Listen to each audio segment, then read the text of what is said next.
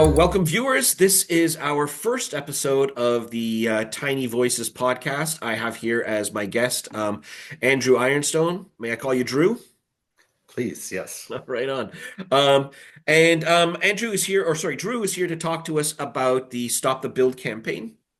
Um, I guess what would be cool then would be to begin with exactly what is the Stop the Build campaign and why Tiny Township is all up in arms about it. When you drive around this township, we see signs all over Stop the Build. Can you explain for our viewers what exactly that's about? Stop the Build is a movement amongst concerned citizens in regard to the costing and location of a building that our township council is proposing. The view of the majority of the residents and cottagers and visitors to some degree is that the current facility is located in an idyllic location for access purposes, but also that the belief is that the building that they're proposing, which will be placed virtually in a remote area, is not wanted and it's not needed, and we can't afford it. And so over the last 9 or 12 months, there's been a lot of concern from citizens who are trying to have their voices heard by our council and to try to get some fiscal restraint put on the exorbitant costs that will be associated with a new building of 33,000 square feet, and to try to rein in this what we deem as unnecessary expenditures. It will have a drastic effect on our taxes, which have already risen, incidentally, over the last 2 years by at least 18%. And this new building is clearly not required at this time, considering all the other pressures on our township right now as it relates to unfunded capital liabilities. And by capital liabilities, I mean work for our infrastructure that is required on a fairly urgent basis. And it's been neglected, arguably. And we have approximately $120 million of unfunded liability.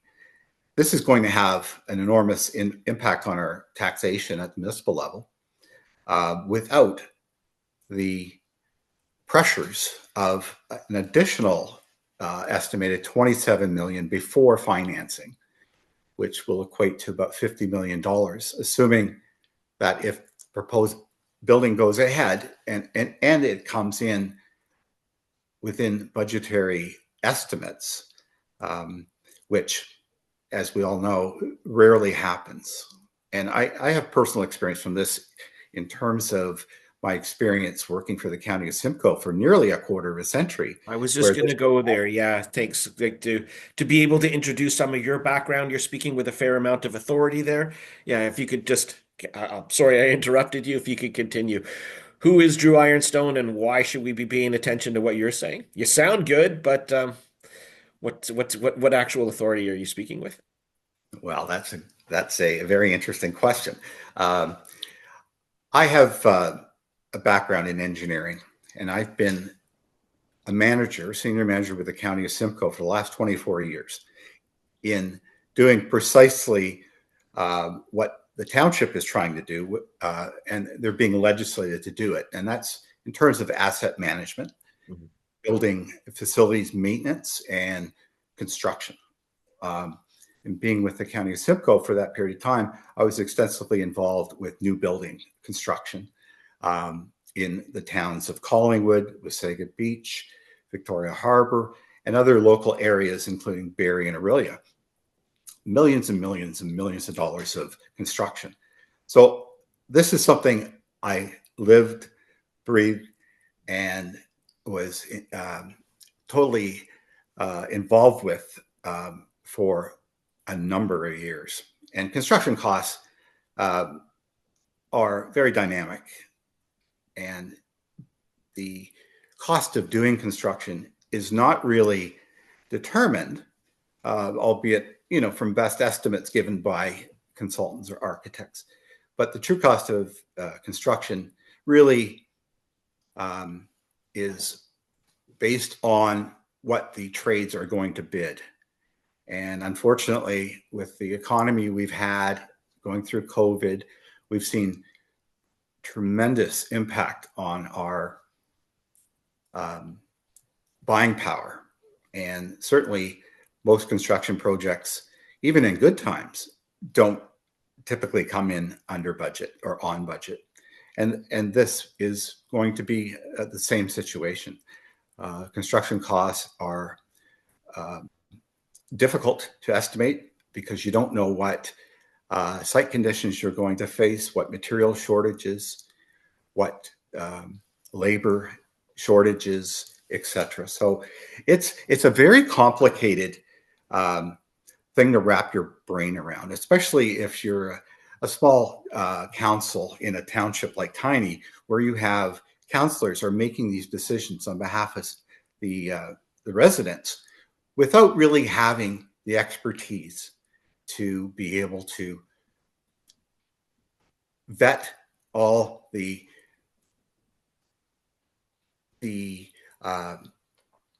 problems, or to anticipate the problems that may come down the pipe. And they will come down.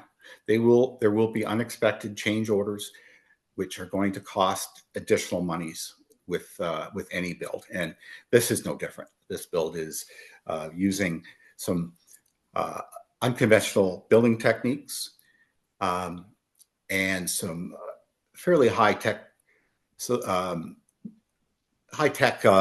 components, from whether it be to produce energy or other systems. So it's very difficult to, in advance, have an accurate picture of what the true costs will be. Okay. I don't know if that sort of addressed your question, but Sure I does, yeah. have extensive background in this, and I am worried sick that the township is going to encumber us into something that we can't afford. And whatever those costs will be, which I anticipate will be substantially over budget, will be at the expense of the taxpayer, who has already faced numerous tax increases. And also, as I mentioned earlier, with regard to unfunded current liabilities in our capital, we should be looking at taking care of our identified capital deficiencies first. Stage this for 5 years down the road, 10 years, but reevaluate our position and our ability as taxpayers to be able to afford these ongoing ridiculous tax increases. Well, thanks, Drew. I guess for transparency's sake, I think it might be prudent for me to point out that I'm not really in this conversation a neutral interviewer. Drew and I have been working on this project to try to be able to shed light on these issues for some time.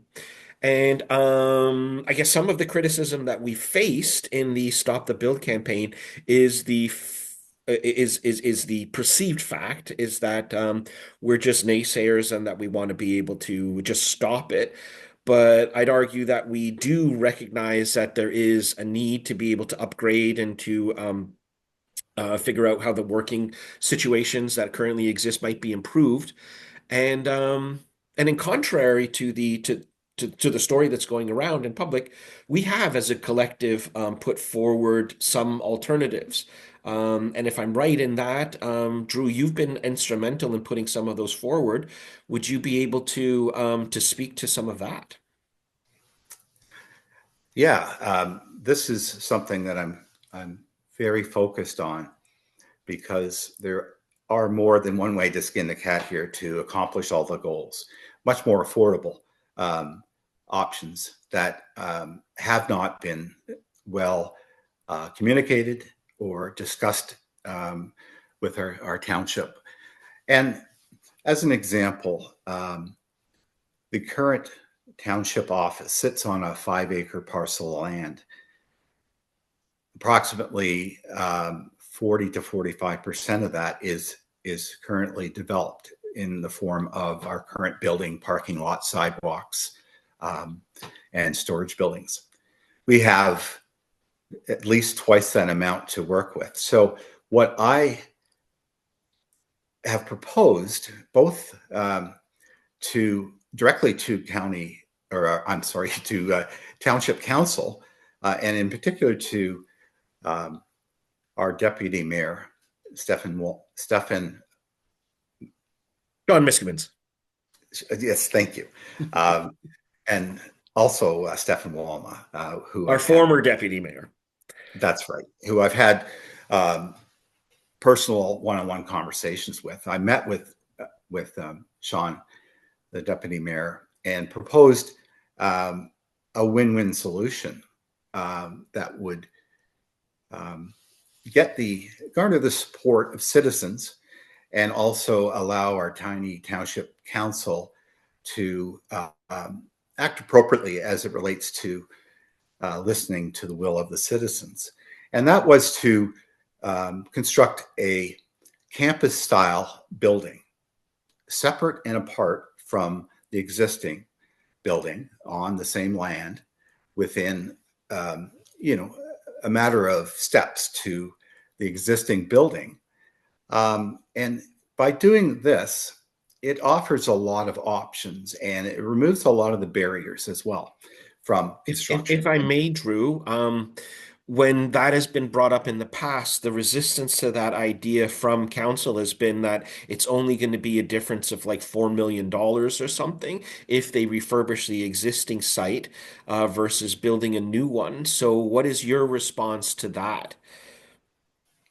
Well, there is some truth to that in as so far as if they were to add or increase the size of the existing building, it would then open the entire building to the scrutiny of the newly updated 2025 Ontario Building Code.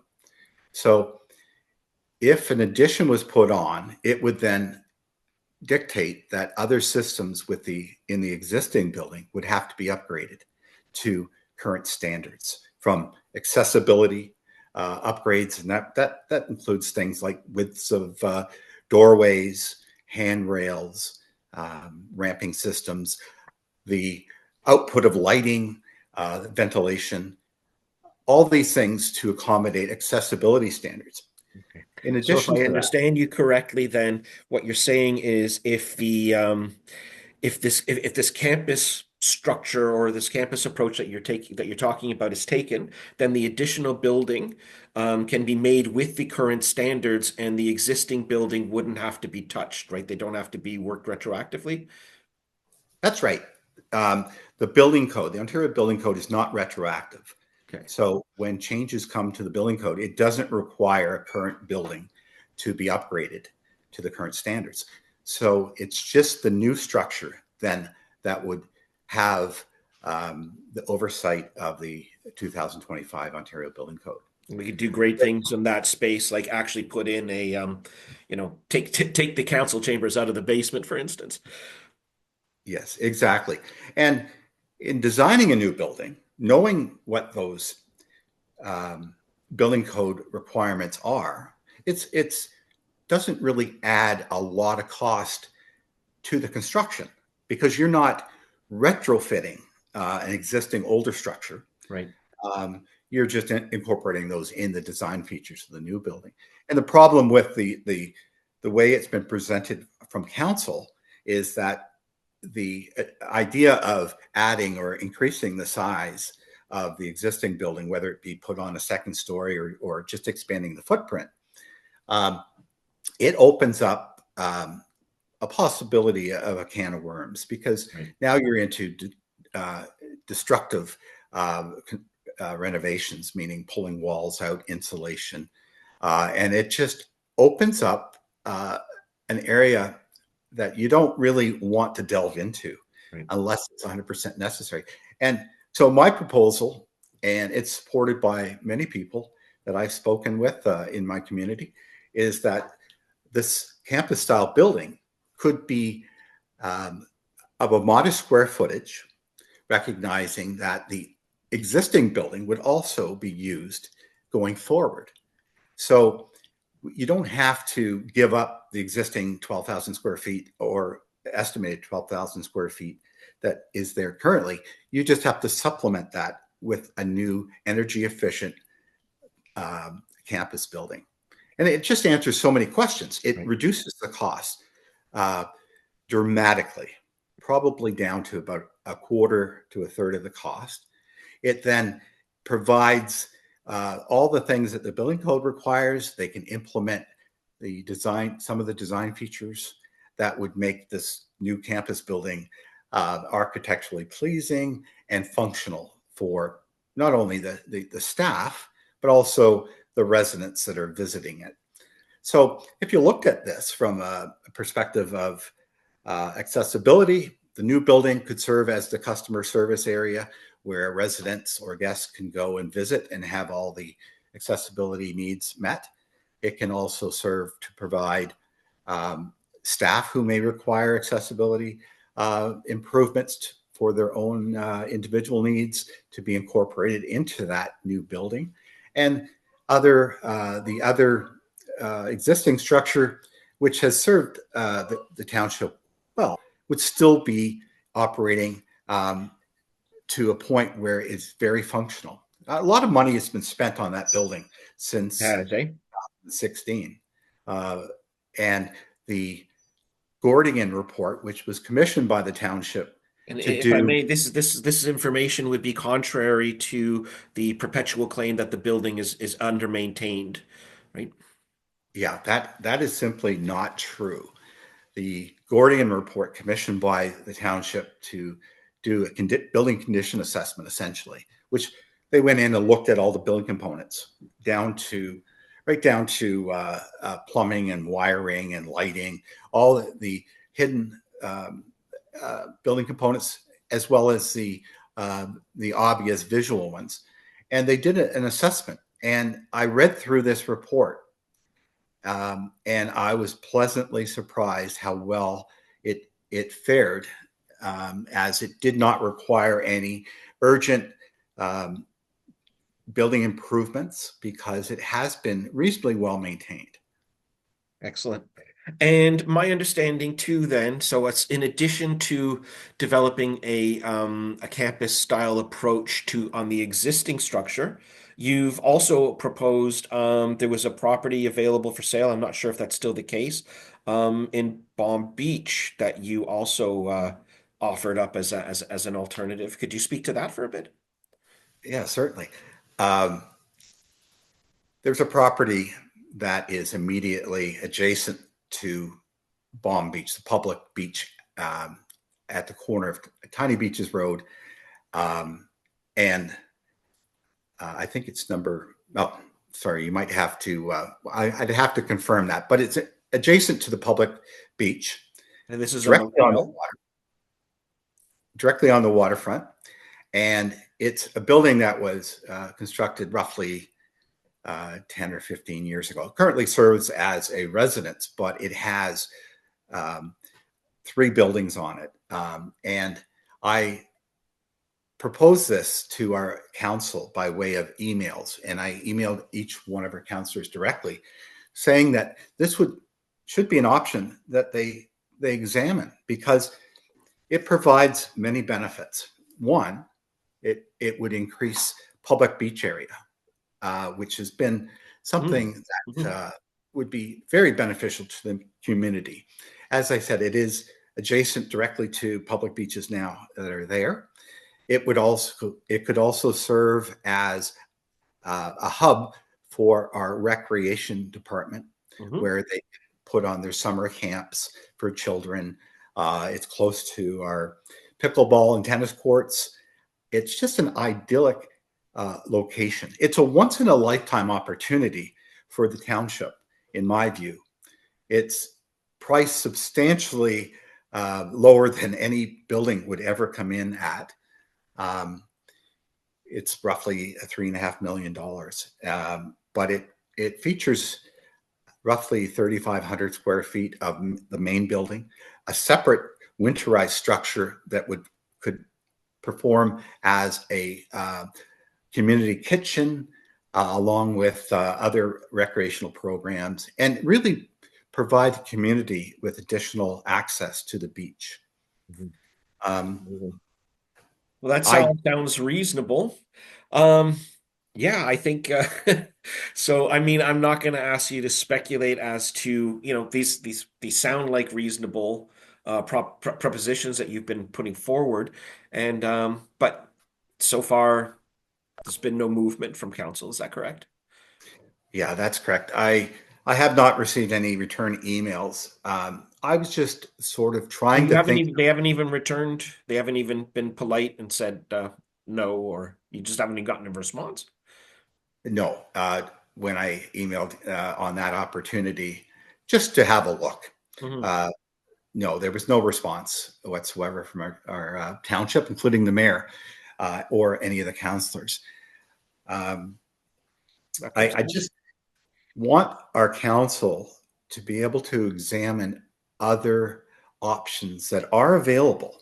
And it's not traditional thinking we need right now. You don't need to throw out the old and buy something new. We have very functional locations currently, and we all agree that it would be in our best long-term interest to provide our staff with additional workspace, provide more access for the community, but not in the traditional sense. Um, with modern work offices, hybrid work environments, uh, we can really think outside of the box, find other alternate solutions, but being very physically responsible. And that is probably my motivation is about spending within our means, spending money as if it was your own home family budget, and being proactive and responsible. And I don't believe our council has really looked at any other alternatives in a serious way, um, and continue to just go down a narrow minded path, in my judgment. Hmm. Right. Well, that's, it's great that these options are available. Frustrating that they're not actually even being pursued, like that you haven't even gotten anything on there. But I think it's important for us to be able to make sure that folks know, and hopefully members of council might even be able the chance to see this video and listen to our discussion, and perhaps perhaps have a rethink. But yeah, I thank you for sitting down with me here today. Well, you're at your place, I'm at mine. This magical hybrid universe that we've come into in the post-COVID world that makes these kinds of conversations recordable and possible. But yeah, so this has been our first episode of Tiny Voices, and I thank Drew Ironstone very much for joining me today. Thanks a lot, Drew. Any last words? Anything that you might want to add on there before I turn this off? Or Yeah, well, it's been my pleasure here. It's become my passion. I'm not politically motivated generally, um, but I am determined to find a solution working with our council. And I just would hope that our council, Tiny Township Council, will engage the citizens at this point in time before any poor judgments are made and contracts are signed, because it's not too late. We have other options, other more financially intelligent options that we should pursue. And it's now that we need to do it. And I don't want our council to think that we, as citizens and residents of Tiny Township, are just trying to be negative. It's the opposite. We're trying to find positive solutions that addresses everyone's concerns, recognizing the needs of the township and staff, but as importantly, or more importantly, servicing the requirements and the voices of residents and the taxpayers who are ultimately paying the bill on Yes. all this. So No, and council, it's that's a supremely frustrating element. Right? I mean, I look at somebody with your background, your expertise, your talent in the area. From my perspective, you're like a human resource that's local to Tiny. The fact that you're not being tapped in order to be able to contribute to this progress, to this project, to me is supremely unfortunate. And I know that there are a lot of similar people, talented people, similarly minded people in the Stop the Build campaign, and I think that's part of the big tragedy of this whole thing, right?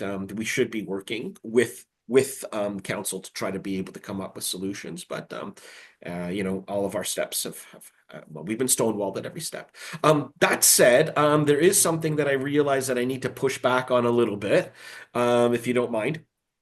You said when you were talking about this that the majority of Tiny Township is opposed to stopping the build. And the mayor, however, says that there is a silent majority. So, if you don't mind, with where do you get the impression that it's a majority in contrast to what the mayor states? that's a great question. I've been coming to Tiny Township as a cottager and more recently as a permanent resident for the last 15 years. And I know the area well. I know a lot of the neighbors. And two things. I walk every day with my little dog and my wife, and we go and do our 4 or 5 kilometer walk. And we're always talking with people. And people are just so passionate about stopping this build. They recognize that it's not in their best interest. They don't want it. And I'm not just saying that represents the majority. I'm saying that not only that, but with the Stop the Build efforts that have been put forth through our community with signage that says Stop the Build. In addition to that, we've had 2 separate Protests. efforts to through petitions Right. to stop the build. One was one that we presented to council as a community group through a Stop the Build campaign, and it fell on deaf ears. And then secondly, a larger effort was done where over 7,600, I believe is the number, signatures were recorded and then presented to the Ontario legislature through the Green Party, who brought it into the House.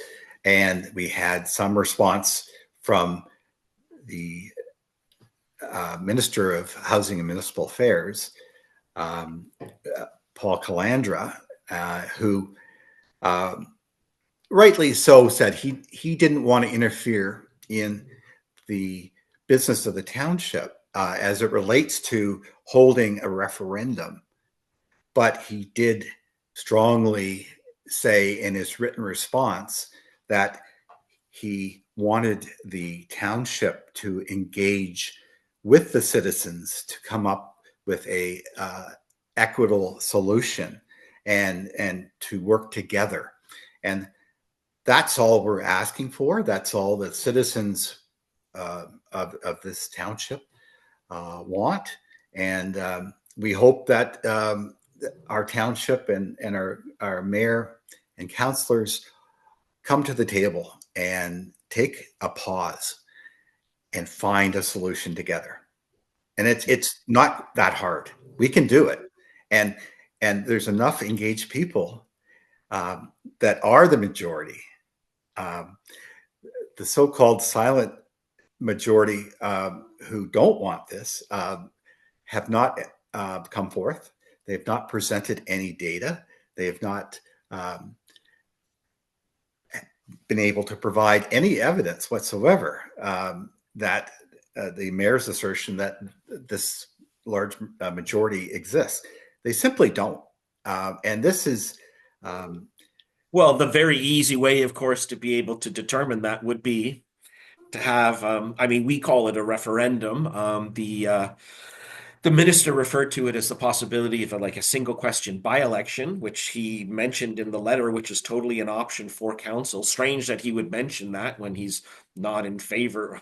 Anyway, but yeah, obviously the easiest way to answer that question is to actually put it to them and then put that to rest. And by them, of course, I mean the people of Tiny.